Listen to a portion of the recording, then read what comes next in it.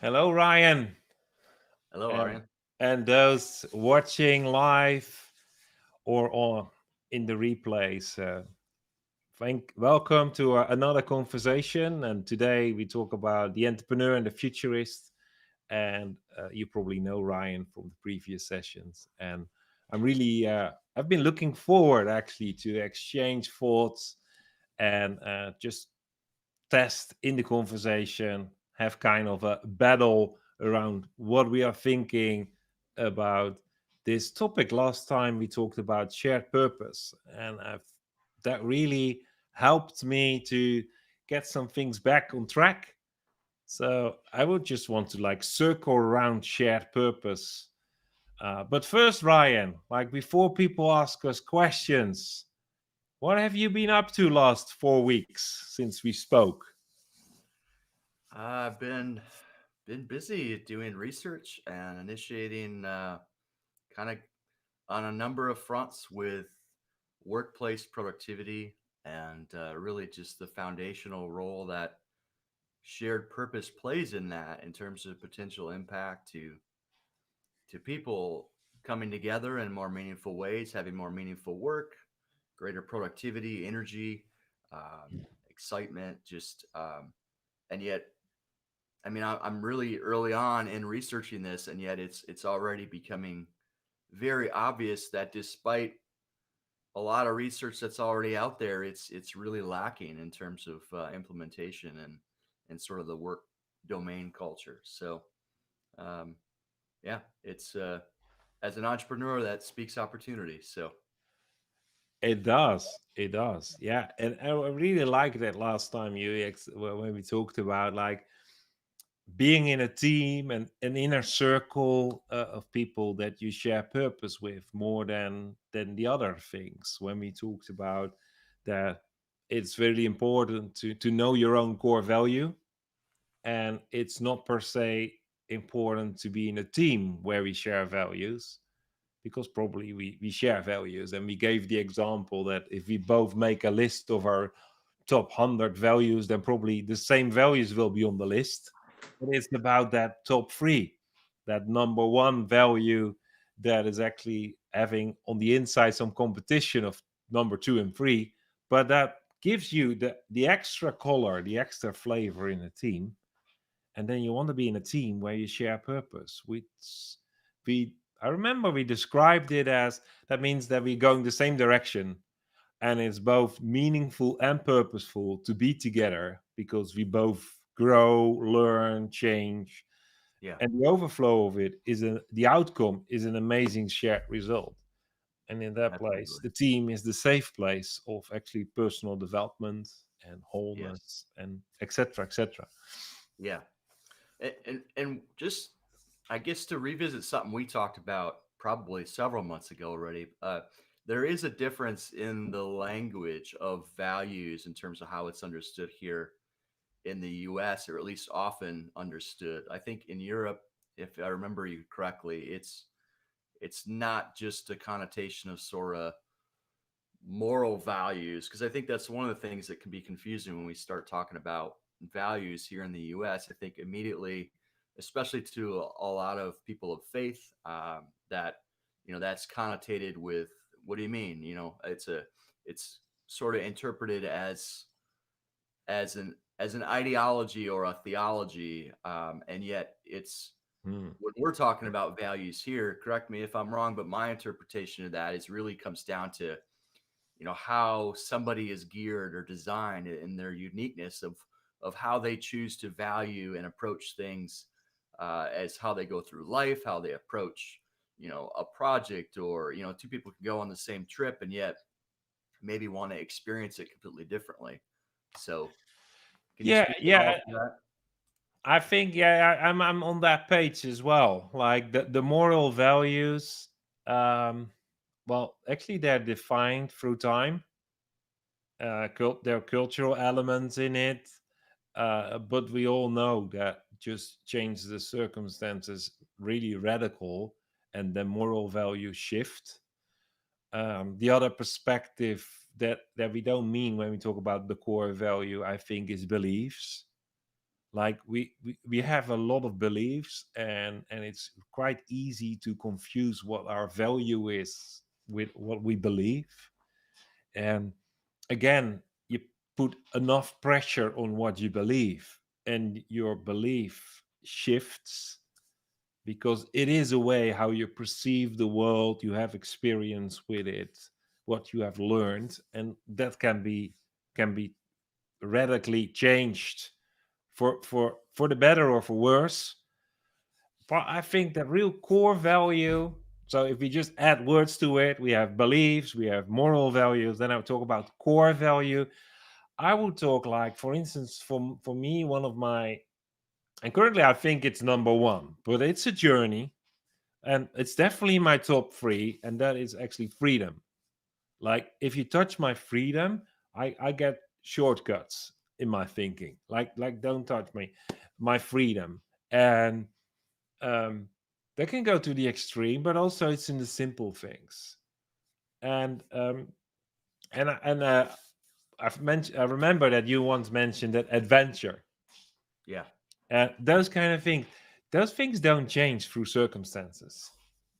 But my perspective of, like, family is really important. That's a belief, and a one that I value very high. But it's not a value. It could be moral value, but it's not the thing that defines me. It's good. I'm not saying that beliefs are less than core values. I'm not saying that at all. Mm-hmm.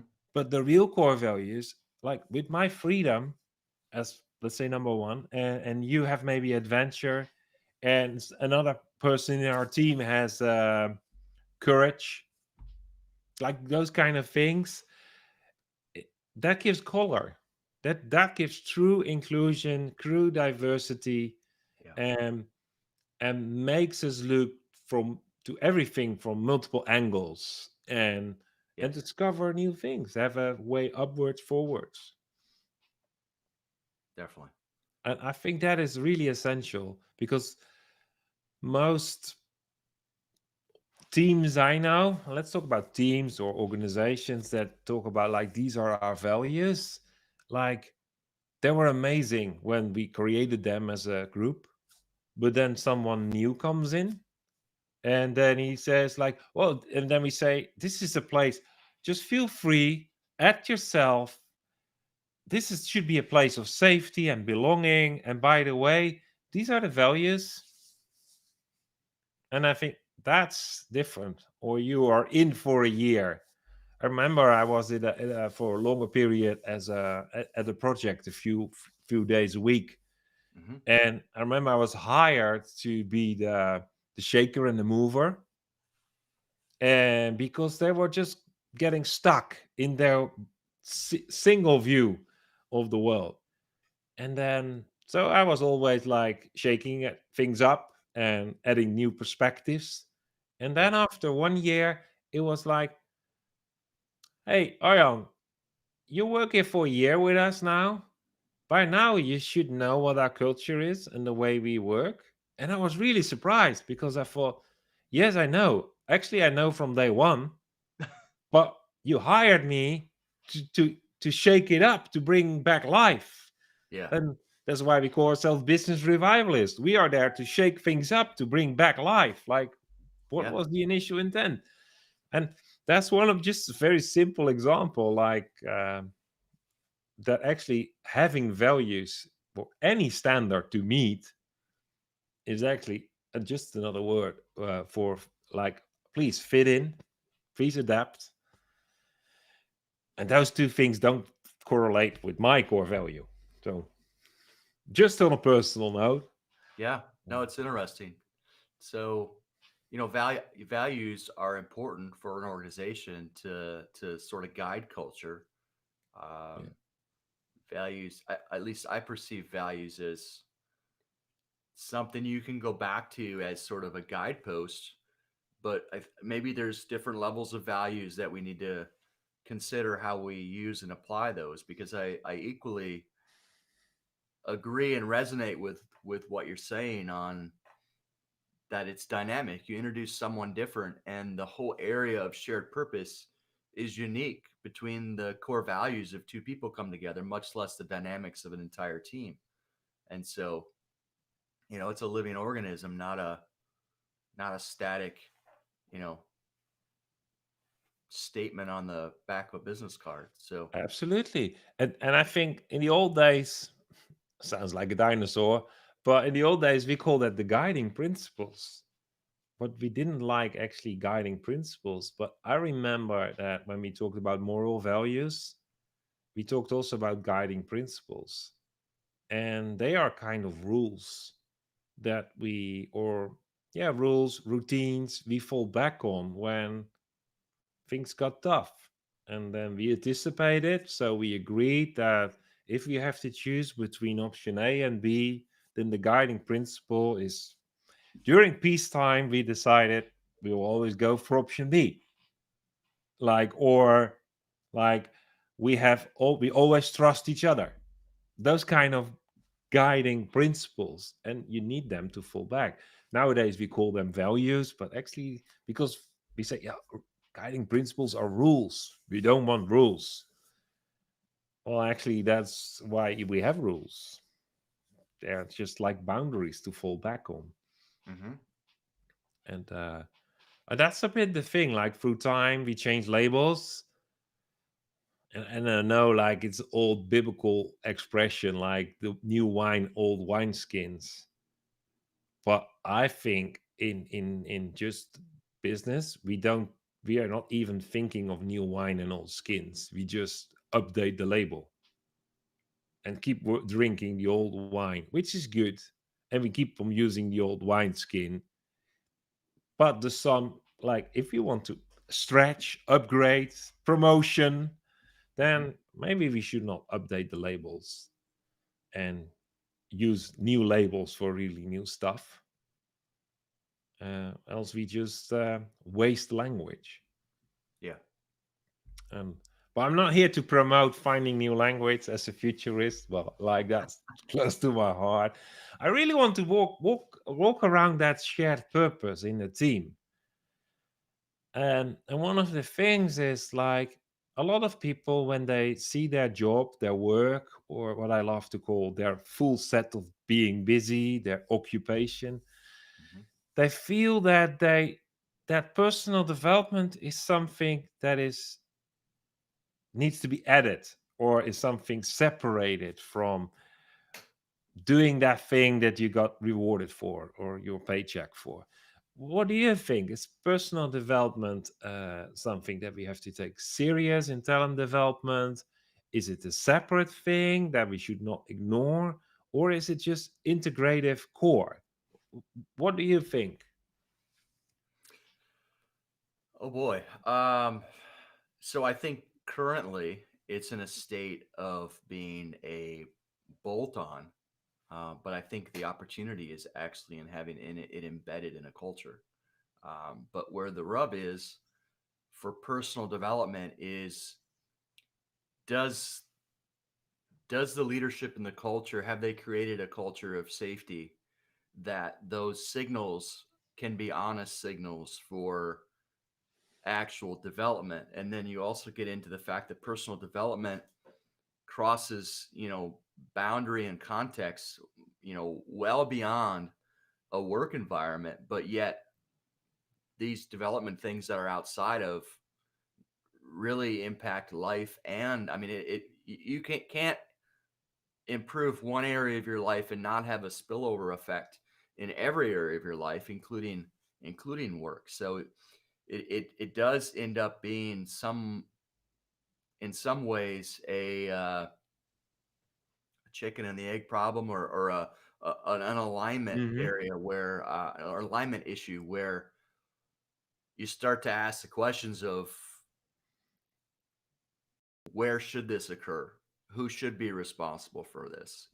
What's it look like if people self-govern and self-direct their personal development, which is, I think really the best way for that to happen. But yeah, how do we also embed that within a work or a team culture where it doesn't add administrative tasks and friction and feel like this, annual or twice a year thing that is, almost punitive in nature versus actually developmental.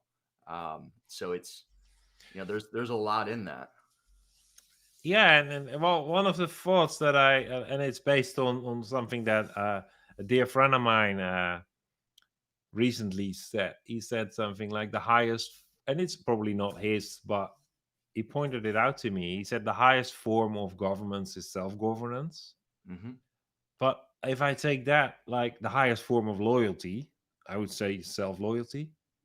Like I hear so many times talking about core values that people say, well, loyalty is for me really important. And then my first coaching question would be loyal to who? Yep. Because if it starts with loyal to yourself, you can never be. That's what I'm really convinced about. You Yeah. cannot be loyal to someone else at the expense of yourself. Yep. And and you could Th- say like, yeah, look, love your neighbor as yourself. That's Be exactly what I was loyal going to as say. yourself. Yeah, exactly what I was going to say. Governance as yourself. And the thing is like, can I apply that to development as well? Like I'm in a team and we are developing something. Even when we do production and we do over and over thing, it is this. There's always a moment of development. Can I develop without developing myself? And I would say that's really hard. Yeah.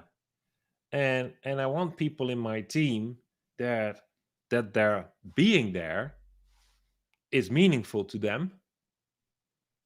So can the team be meaningful to them if they are not gaining personal growth?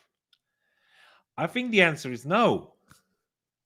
Yeah. But it's so hard to in organizations for the people that they really come in and go out without. I always say like feels like you come in at work, you hang yourself at the hook at next to the door, Hmm. you walk in, you use your hands. At the end of the day, you walk out, you take yourself off the hook like a coat, or maybe screw back your hardened hat on, and you leave again. Like Yeah. we want people in our teams that work with their heart, Yes. but we hire people based on their previous doing, their hands. Right. Well, and we also relate primarily on just one economy, which is, money, right? So there, some of the millennial data that's coming out is that, the impact of personal development and access to leadership development and some more of these personal development aspects are actually starting to dwarf with the generation changes and sort of the mind shift that's occurring. Is that's actually being valued sometimes above pay differences, and so it's viewed. uh, Yeah, I think one of the great things of the millennial generation is that they're coming into things, I think, with a much more holistic kind of framework of it, we I came up in a generation that, this was your one part of your life, and you worked hard, you got an education, you got certain results, and it didn't really involve, my whole self or my heart or all this sort of stuff. And so even the language around this stuff is yeah, I new and it's agree. evolving. And if you compare that to the generation that is just going before us, like if you take the baby boomers, those or even like the post-war generation, like it was really like suck up, work hard, no emotions, no heart. Yeah. We have to get our country back to a standard. And I think that has influenced our generation big time. And it's really refreshing, the millennials. And we always joke, but actually it's not a joke anymore. They even value good coffee. Well, the older generations, they drink whatever looks black and it comes out of the machine. Yeah. And because that was also like my senses, they're not involved. I drink coffee, I have a break. And quality, no quantity.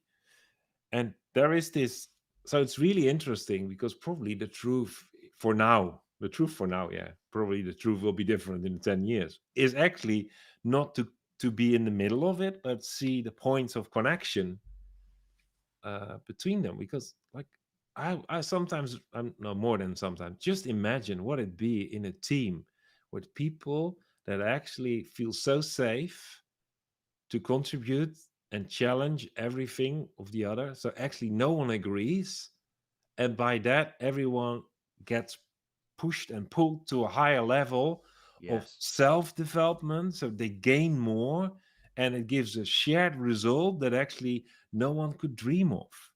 and absolutely. and that means going to work is not to get paid, but actually it's meaningful for me.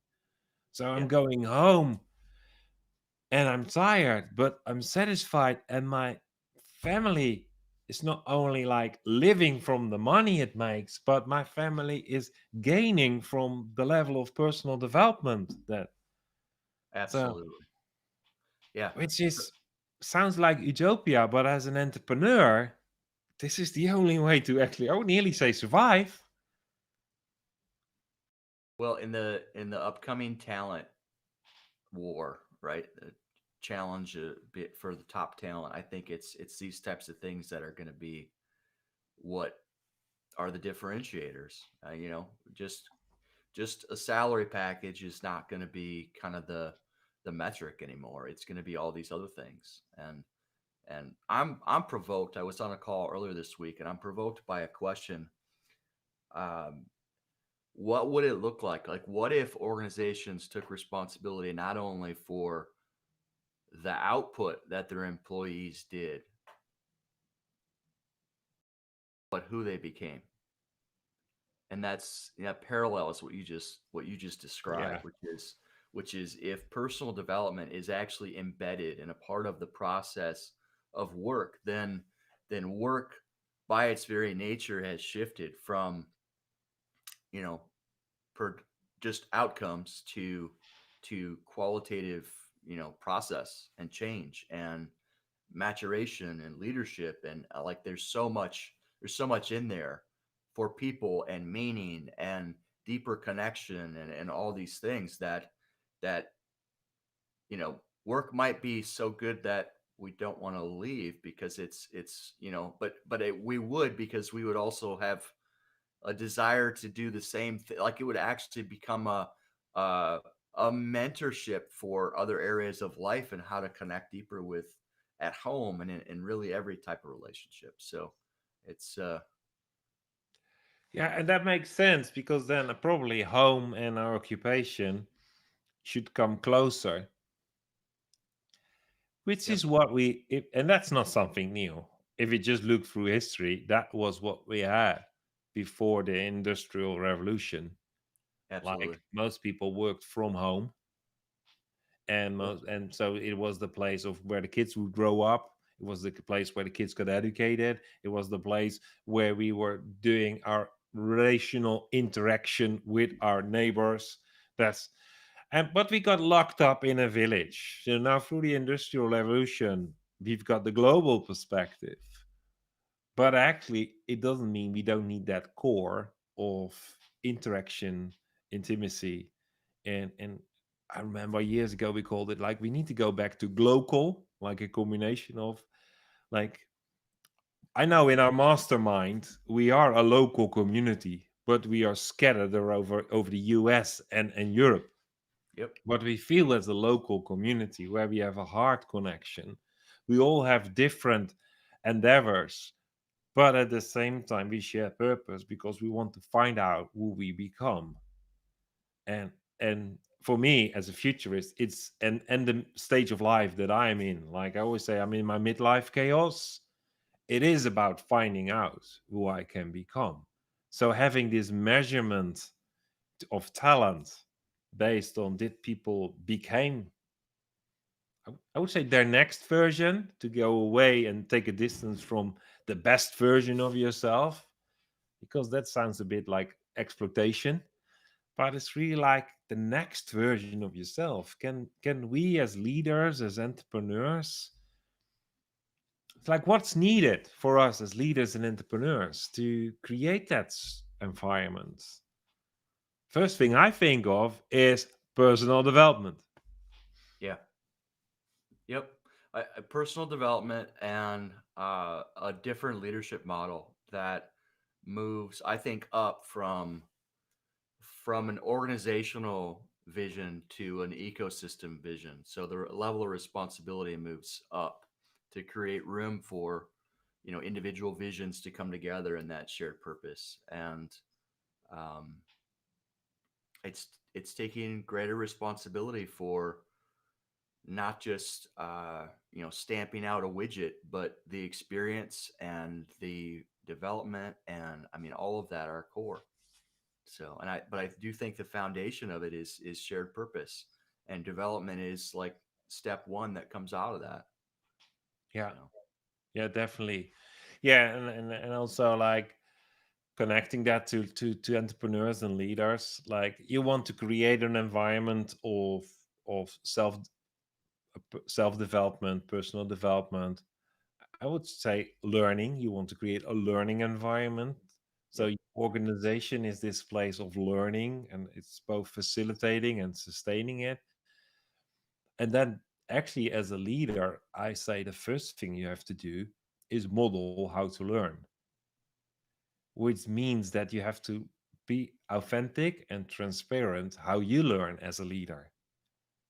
And I think that really that asks and demands a lot of a leader, because do we know someone at the top of the pyramid and that is transparent about his or her ongoing learning experience?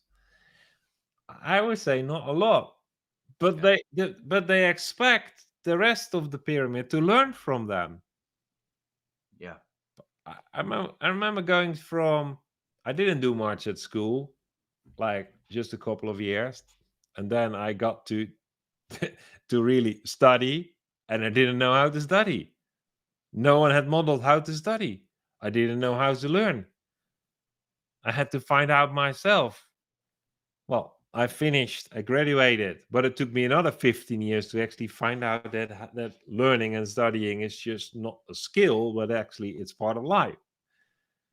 So what if we as a leader model it, how we learn, be transparent and open who our teachers are, who our mentors, our coaches are. And that's probably not in the open space, but just be transparent. So what helps you to get back into that learning mode? oh gosh, I don't honestly feel like I ever left it. Like, so I have, I did have described myself for years as being insatiably curious. So, um, and and that crosses almost every context I can think of. So, um, I almost think that learning the skill you talk about in terms of learning for not just school but life is it's a habit, it's a posture, it's a almost an attitude. So, I, Yeah, mindset. yeah, Yes. But at the other end, like you said, well, I'm a curious person. If I look to the research, the publications about what are the skills that kids need, then on the character qualities, number one is curiosity. hmm, So I don't know that the data about millennials, but the data about like Generation Z, those that are currently like, let's say 13 to 18, that generation, the research and the publication says that they actually lack curiosity. I don't want to say they live a life that is based on being or instant being feed, but it is interesting to see that actually curiosity is number one on the list of skills and learning character that they need to develop. I think it's essential. it is. and, and we've talked about that before too, just about how some of the learning is squelched, right? The creative learning, the exploratory kind of innovation kind of stuff. You see that throughout the education process sort of set aside, and then we really move to convergent thinking as the value of the majority of education. And yet within organizations, we see mostly convergent thought around most organizations until you get to the top, and then you need the creative the creative innovation, sort of leadership that, so it really, what's represented in the education is also represented as kind of this bifurcation in an Mhm. organizational level. Yeah. So We always say learning is like in innovation, we say it's failing forward. In learning, we say it's falling and learning. yeah, And it's just doesn't matter how much you fall. It's about how many times you stand up. And but at the other end, the rat race has no room for learning because failing is exit. So we have it comes back to the culture the entrepreneur yeah, creates. And an entrepreneurial mindset is spotting opportunity, not constraints, and exploration instead of discovery, but exploration. What is new? What's out there? What's in between all those elements? What's the space that we yeah, can fill? And I really believe that leaders need to take first step is get personal development on track to at least make sure that you're not creating a ceiling for the people that you lead, but you push your own ceiling upwards and upwards, and then maybe even tilt your organization and make it a platform for the others to take off from. definitely. But this learning and space and find it. And I would say that's something that we said before, like find your peers, find a Yeah. place where it's safe for you to do something new, to test it, before you start leading your organization with new things that you haven't tested, and by that confusing them. Like find a safe space also to develop the courage. Like one of the other things that is in the research mentioned is grit with a T. Hmm. And Yep. I've looked quite a long while, like what's the difference between a grit with a T and a D. It's actually interesting. Like I didn't find that, but I just was, well, use my imagination. Then I think like grit is my mindset. It fits in or it doesn't. And I'm every time with a paradigm shift, I'm extending my grit with a D. But grit with a T is actually this combination between courage and bravery Hmm. in trying to push limits, flip things, look from the other side, Yep. rise and shine. Yep. And I think we as a leader has to model that. Most Um, definitely. yeah, Most definitely. Yeah. It's, you talk, grit is, I think, also been defined as emotional agility, the ability, to fall down and get up, and, not to, how we handle some of our own internal machinery in that personal development really, really creates either the permission in other people that we're around, or we model really disempowerment by not having that. So it really is, I so think, true. a ripple effect in how we lead. So Yeah. yeah. Yeah. So I see man, people joining and leaving, but I just invite you to just, what are your thoughts? Could be questions, could be answers, could be opinions. Uh, don't be offended.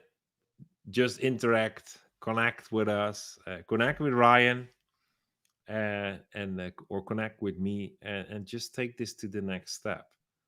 Like both Ryan and I believe that everyone is a leader, so your choices simply influence those around you. And some cases, people that don't make choices have even a bigger influence on those around them. So you are a leader, and actually you are born to take risk, but also carry risk. And leadership and carrying risk and then being an entrepreneur is actually a similar kind of thing. Like, you carry the risk that others try are taking. Like, our youngsters in our household, we always encourage them um, to take risk, to take responsibility, but they can only do it when we carry it. So, and for that, I really ask you to be bold and take a step. Connect, please connect, and find out what your safe place is for personal development. And if it helps you, you're invited to join our weekly peer-to-peer community, which you see the link coming by on the bottom. Just make use of a guest session and interact with us. um, Ryan is around, I'm around, so interact with us and find out if we can help you to find a safe space to start learning again and refresh your leadership, model learning. So is there anything you want to say to our viewers, our listeners? That oh, I have one comment. It was actually at the beginning, but the tool didn't show the name. So, but I have to say good morning to. Well, actually, I don't know who it was, but um, good morning. And Ryan, is there anything you want to close with? No, just that the uh, the messy part of navigating who we can become is worth the effort, and it's worth making the space to do it. So much we are stuck, like you said, in the rat race of chasing the next paycheck, chasing profit, chasing benchmark, chasing, and we don't often enough pause to find out if we're racing in the right direction or being as intentional as we can in terms of who we become. And so I just echo what you say. Jump into the mastermind, jump into the group discussions, and just and benefit from it. So You said it's messy to find out who you can become, but it's worth the effort. I like that one. Yeah, it is. It is messy. In yeah, but I think that's freedom. That's innovation. That's entrepreneurial. And yeah, just take the risk. Jump in. And so, thank you for your time, Ryan. thank And you. I'm looking forward to our next conversation in a few weeks' time. Like Likewise. next week, I will talk with the priest. So the conversation about the priest and the futurist. So similar time, like Wednesday around noon on the East Coast, around dinner time in Europe, and I'm looking forward to the next conversation. So thank you for your time, and all the watchers, listeners, engage with us, and then we will lift this platform to the next level too. So thanks for now, and bye bye.